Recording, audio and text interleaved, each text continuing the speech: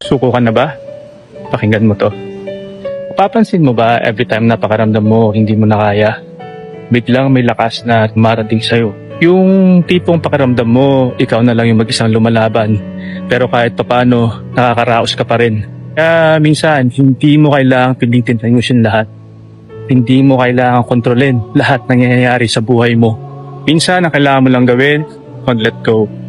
Let go of the fear, let go of the overthinking, let go of the things na hindi mo kayang kontrolin at hayaan mong siya ang kumilos para sa'yo.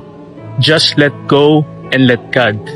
Kasi minsan kapag natutunan mo na mag-let go, doon na mag-uumpisa ang kumilos si God sa buhay mo. At doon ka na lang magugulat kung gaano kaganda yung mga bagay na kaya niyang gawin sa buhay mo. Ang kailangan mo lang gawin, magtiwala at isuko lahat sa Kanya.